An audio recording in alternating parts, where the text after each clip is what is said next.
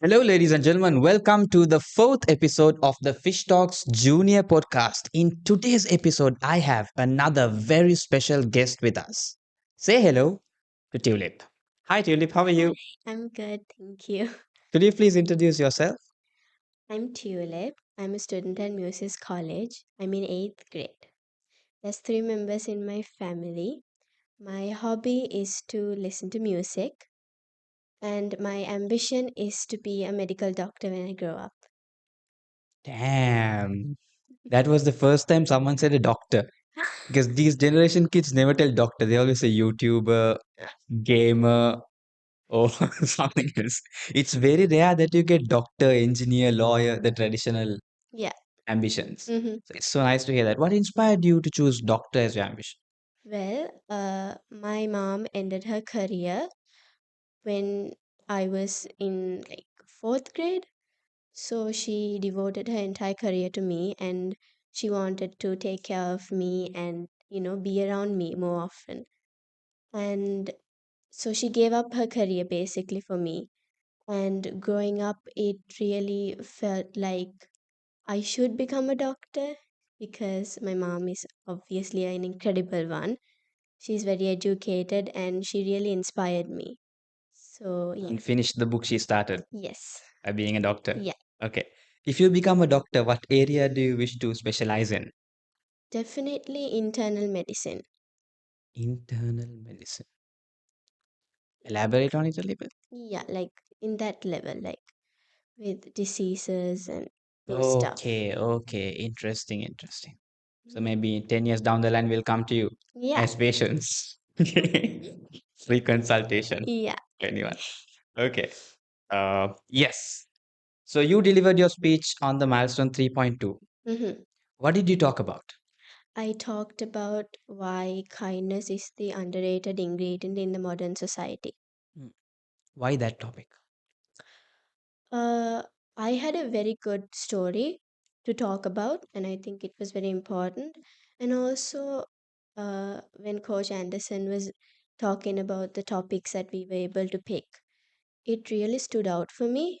So that's why I think I chose that topic. Yes. In case you all haven't watched that video, it is one of the very emotional speeches that was delivered in milestone 3.2. If you all haven't watched it, go check it out. We'll link it in the description. Kindness. Mhm. When we talk about kindness, when you tell me kindness, a lot of things will come to my mind. Animals, the parents, or what I do to people. But how did that particular story come to your head? Like that emotional, heartful story. Well, that specific story was really important to me because my mom, she helped her a lot. That girl we were helping out.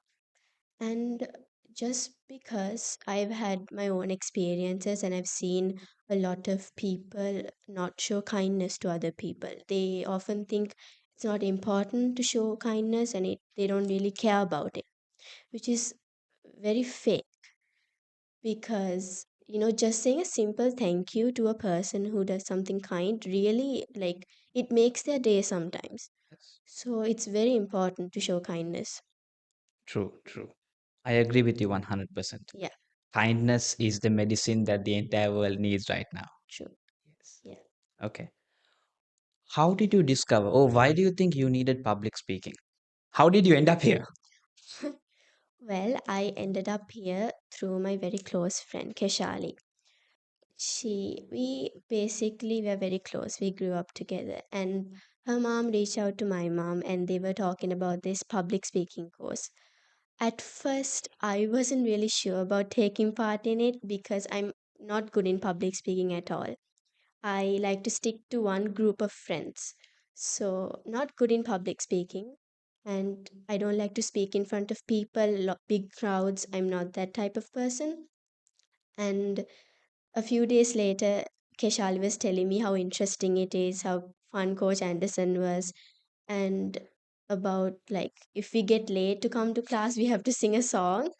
It was very nerve wracking to me when I listened to it, but then my mom ended up signing me up for the course, and yeah, it was very interesting and very fun. So you had the impression Coach Anderson must be a beast, scary person. I thought he was going to be more scary, but he's not. It's the exact opposite. Yes.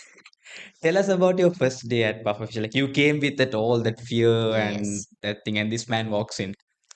When I first walked in, Coach Anderson was a very new person for me. I've never met him before. Uh, I didn't know he was like popular in social media also. He's a star. Yeah, he's a big star. When I walked in, like he was very kind. Like he introduced me to a lot of new people I've never met. And yeah, it was a very good experience. Mm. Okay. So you didn't like public speaking. You were sticking to the group Yeah, that you're comfortable with yeah. and never looked at the stage. I never even took part in after school practices in my school. Like I did none of those things. Okay. So Were you one of the bullies who used to bully the people who go on stage? Like, no, I'm very afraid of bullying. okay, not Yeah. in that corner, not in this No. corner, mid. Yeah. All right. So, being in such a state, you delivered a wonderful speech in Milestone 3.2 Hmm. because that is, for me, the most emotional story. Yeah. And that story definitely impacted the lives of many people. Yeah. Many people told your story specifically because I play your videos. Yeah. Your video, Keshali's video. We play your videos in the sessions that are going right now. Mhm. And they look at it and they'll be like, oh my God, that's such a sad story. Their faces will change, like, so touched. I saw one video of Coach Anderson showing it to a few Right. kids. Yeah. Yes. So the impact that you created does not end just on the milestone. Mm. Even after the milestone, we are showing it to the new learners. Yeah. It's going to be played forever and Mm. it's going to be there on YouTube forever. Yeah. It's going to impact people's lives. Yeah. So, to creating such an impact, you've traveled a long way and you must have faced a lot of challenges, Mm. especially if you were afraid of public speaking. Yes. What was the biggest challenge you faced? Biggest challenge I would say is one day there was this karaoke session in my school where the Japanese circle in my school, they got together and they did this karaoke session where they invited a bunch of kids to the stage and we have to, look at the small board and we have to sing the lyrics. Uh, my friend didn't tell me, but she signed me up, like she put my name and my class and everything. So when they were calling up the fifth name, it was like Tulip, Ratnayake, come on stage. And I was like about to cry because, there's like so many kids looking at you at once. It was horrible. And I was like in sixth grade at the time. And like, the prefect Akishi like pushed me to the stage. She was like, you have to do it. Like, we don't give this opportunity to everyone. So I didn't even know the song. Like they asked me to like sing what they put. So the mic was just like on my hand. I was like supposed to know what to sing and I didn't. And, like it was a very bad experience. And Did I, you sing anything? no, I sang like Okay. a few words, but then I was like, no, I'm done. It was horrible. So Okay. yeah, it was not a good experience. So, having such a traumatic experience, Yeah, you walked into public speaking. yeah. Okay. Hmm. So, before you delivered the milestone speech, have you delivered any speeches on big stages before? No, it was my No. first time. First experience. First experience. How were you feeling before you got on stage? Uh, Before I got on stage, I saw many people give incredible speeches. Like they had energy, they had power, like everything. Yes. So, constantly sitting on that seat, I was comparing myself to every single one of them. So, I was like looking at my friend, I was like, am I like okay? Like, it was a lot. I was sweating, and there were incredible coaches there to help me, obviously, and I got a big amount of support from them. Like they definitely made me not as much as nervous. And yeah, I mean it really helped me, but I was very nervous. So Yes. yeah. So that is one of the disadvantages of not going first. Yeah. So whenever we get an opportunity, we don't go. Let them go. Let him Yeah. go. Let her go. Yeah. But the more you wait, the more you compare yourself with the other person. Yes. And another negative thing that happens is the audience sets the bar so high. So let's say someone else goes before you, they'll be like, oh, that's a good speech. They set the bar here. Yeah. So whoever comes after, they'll be like, compare. Was it better than this? Was Mm, it better than that? So it's always better to go first. yeah. But it's very difficult to go first because Shyness Monster is involved in the process. Yes. So you have to defeat it and go, and it's very difficult. Well, yeah. But if you manage to defeat it and go, then you win. Mm, So that's an advice I think you have to follow. Say no to yeah. sitting back Yeah. and go first and perform your show. Mm, yes. While you were delivering your speech, Hmm. I know you practiced, you rehearsed, even I came for Yeah. your final Yeah. evaluations. Yes. Yes. No matter how much you practice, there's always a nervousness. Mm, The moment you get on stage and until you started your speech and while you're delivering your speech, yeah. how were you feeling and what were the problems you faced while delivering? When I was delivering the speech, uh, Coach Anderson always told us to not keep repetitive body language. Like, we always have to show some expressions. Like, if you're hugging a person, we have to show it with the hands. And when I got on stage, I completely forgot about every single thing he said. So I looked at the audience, and there's like a lot of people focusing on you, like eye contact and whatnot. And when I was delivering my speech, I was sweating, I was nervous, I was cold, it was very horrible for me. But then I was like very comfortable, like after a few minutes, like I got very comfortable with the audience, keeping eye contact, and I showed a lot of body language more than I showed in the few, like the previous days. Mhm. Like I expressed a lot. So yeah, that was. Don't tell me you were looking at your best friend throughout your No, speech. I didn't look at her that much, Okay. but definitely I looked at my parents. Okay. So yeah. Because she used that cheat code. She Yes. said that she looked at you the most while Yeah. delivering the speech. Yeah. Yeah, but it's better. You feel comfort when you look at people who you're comfortable with, like parents, best friend, Yes. coach, for example. Because rather than looking at the strangers' faces, Yeah. when you look at people who are familiar with, you get comfortable. You're like, ah, okay, cool. The known faces. Yeah. So it's okay to use that technique. Yes. So you used your parents. Yeah. Okay, interesting. So Tulip, you delivered a very emotional story in the milestone 3.2. Yes. Very emotional. From the beginning to the very end, it was packed with emotion. Yes. Very sad story. Hmm. How did you manage to craft that speech, or what are the challenges you faced while fine tuning the speech? Definitely, it was like expressing my emotions to the audience, like uh, wanting them to like feel the same emotions as me. Like when I was excited, I wanted them to feel excited with. So I think that was mainly that. Yeah. What is your biggest strength? Is it the hand gestures, or the body language, or the vocal variations, or the content, or impromptu speaking? What is your biggest strength? Strength, I think it might be body language and vocal variation in a way. Vocal variations. Yeah. Emotions should have vocal variation. Yes. Are you a prepared speaker or an impromptu speaker? Impromptu. Okay. Yeah, because if I'm a prepared speaker, I think it's difficult for me to memorize everything. So I try to be an impromptu speaker. What's your goal after becoming a doctor? Are you going to find the cure for cancer? Maybe,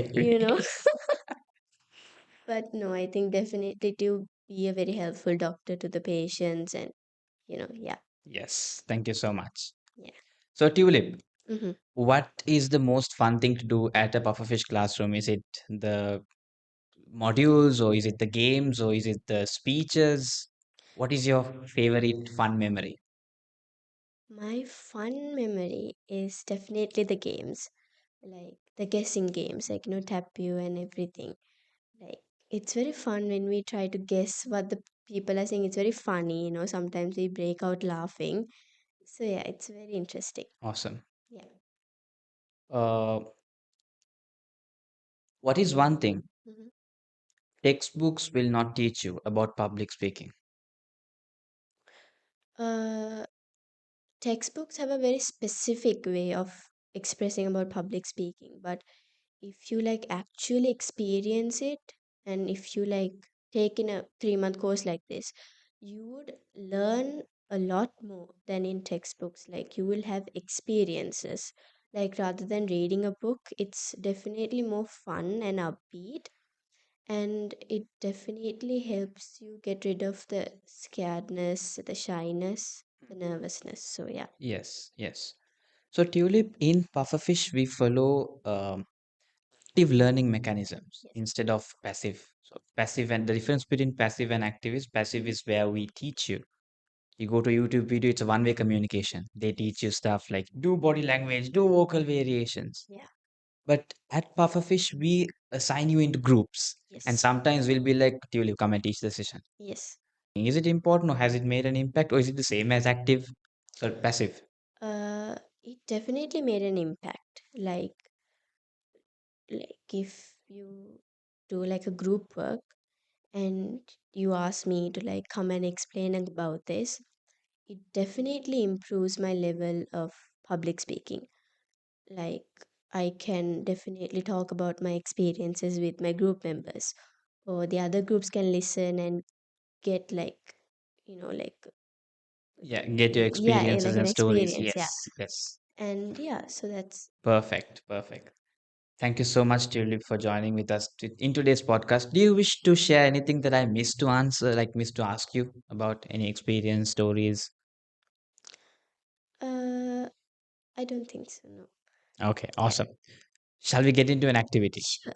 Uh, let's play the story marathon. Okay.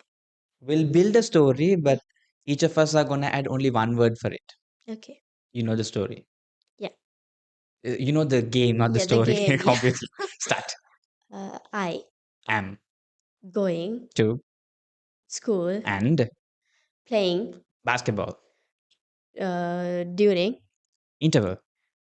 and The people were dancing, around the basketball the court, and they were jumping, around people who are watching them, the teacher then danced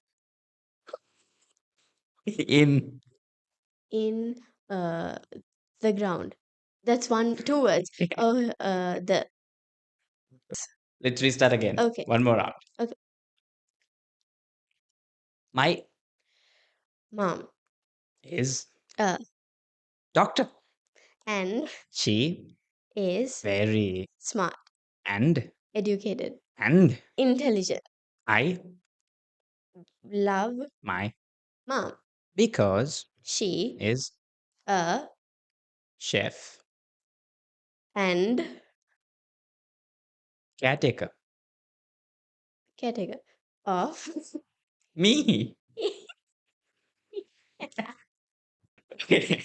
So thank you so much, Tulip, for joining with us. Yeah, thank In you. case you guys haven't watched Tulip's speech, we'll link it in the description. Go and watch it. It is a very emotional story about herself, her mother, and how the actions of her mother impacted her life. And it will definitely impact yours as well. Kindness is definitely the medicine. Thank you so much for joining with Thank you for us. having We me. hope to have you in more upcoming Yes. podcasts as well. Until then, see you. Bye bye.